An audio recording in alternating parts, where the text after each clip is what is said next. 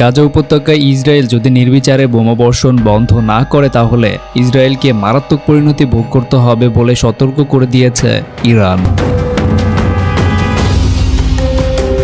তেহরানের এই সতর্কবার্তাকে ব্যাখ্যা করা হচ্ছে ইরান তার মিত্রদের ও প্রক্সি যোদ্ধাদের মাধ্যমে মধ্যপ্রাচ্য সংঘাতে প্রবেশ করতে চলেছে। এদিকে সশস্ত্র গোষ্ঠী হিজবুল্লাহ এরই মধ্যে লেবানন সীমান্তে ইসরায়েলের সঙ্গে ছোট মাত্রার সংঘর্ষে জড়িয়ে পড়েছে।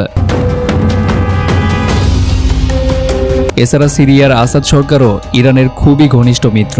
ইরানের দিক থেকে আক্রমণাত্মক কথাবার্তা বাড়ার প্রেক্ষাপটে ইসরায়েল ও যুক্তরাষ্ট্র এখন এই বিবেচনা করছে যে তেহরান কখনো কিভাবে এই সংঘাতে জড়িয়ে পড়তে পারে। ইরান ইস্যুতে ইসরায়েলের অবস্থান আপোষহীন।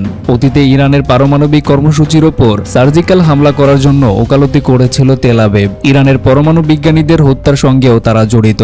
গাজা যুদ্ধে ইরান যদি বড় মাত্রার সংঘাতে জড়িয়ে পড়ে তাহলে দুই শত্রু দেশের মধ্যে হিংসার নতুন অধ্যায় সূচিত হবে। ইসরায়েলের প্রতি ইরান কঠোর সতর্কবার্তা দেওয়ার পরও গাজা যুদ্ধে সরাসরি জড়িয়ে পড়তে যথেষ্ট অনিচ্ছুক তেহরান, কেননা এতে ইসরায়েল তার প্রতিশোধমূলক ব্যবস্থা নিতে পারবে। এই প্রেক্ষাপটে ইরানি শাসকরা তাদের মতাদর্শিক বাগাড়ম্বর এবং রাজনৈতিক পদক্ষেপের মধ্যে কঠিন ভারসাম্য বজায় রেখে চলেছে। কিন্তু শেষ পর্যন্ত ইরান আগুন নিয়েই খেলছে, কেননা ভারসাম্য বজায় রাখার যে পথ তারা অনুসরণ করে আসছে সেটি খুব সহজেই যুদ্ধের কুয়াশায় ঢেকে যেতে পারে। ইসরায়েল ইস্যুতে তেহরানের সরকারি অবস্থান চূড়ান্ত কট্টর। তেহরান ইসরায়েলকে একটি রাষ্ট্র হিসেবে স্বীকৃতি দেয় না। তারা মনে করে ইসরায়েল একটি জায়নবাদী অস্তিত্ব। জুন মাসে তেহরান তার সর্বশেষ দূরপাল্লার ক্ষেপণাস্ত্র সফল পরীক্ষা চালায়। তাদের সেই ক্ষেপণাস্ত্র ইসরায়েলে গিয়ে আঘাত করতে সক্ষম। এই উপলক্ষে আয়োজিত অনুষ্ঠানের ব্যানারে ফার্সি, হিব্রু ও আরবি ভাষায় লেখা ছিল 400 সেকেন্ডে পৌঁছে যাবে তেল আবিবে।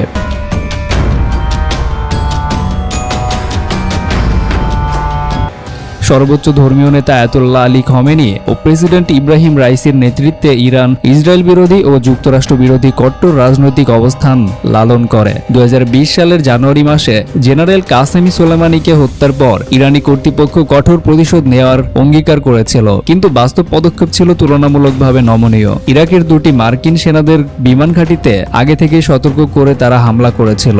যুক্তরাষ্ট্রের মতো ইসরায়েলের সঙ্গে সম্পর্কের ব্যাপারে ইরান একই পথ অনুসরণ করে। সিরিয়ায় ইরানের মিত্রদের উপর লক্ষ্য করে ইসরায়েল প্রায়ই হামলা করে। দৃষ্টান্ত হিসেবে 2018 সালে সিরিয়ায় ইরানি লক্ষ্যবস্তুর উপর 70 বার বিমান হামলা করেছিল ইসরায়েল। এই হামলার পাল্টা হামলা হিসাবে ইসরায়েলের উপরে ক্ষেপণাস্ত্র হামলা চালানোর সামর্থ্য থাকা সত্ত্বেও তারা সেটা করা থেকে বিরত থাকে। এখনো পর্যন্ত ইরানের শাসকেরা তাদের বিপদরেখা সম্পর্কে পরিপূর্ণভাবে সজাগ। তারা জানেন যে ইসরায়েল ও যুক্তরাষ্ট্রের সঙ্গে সংঘাতে জড়িয়ে পড়লে সেটা তাদের জন্য অস্তিত্বগত হুমকি তৈরি করবে। এ কারণে ইরান অব্যাহতভাবে যুদ্ধে জড়িয়ে পড়বে বলেও যুদ্ধে জড়াবে না, বরং তাদের মিত্র কিংবা প্রক্সি শক্তি দিয়ে ছোট পরিসরের সংঘাত অব্যাহত রাখবে। এতে তাদের মতাদর্শিক অবস্থান রক্ষা পাবে, অস্তিত্বও বিপন্ন হবে না।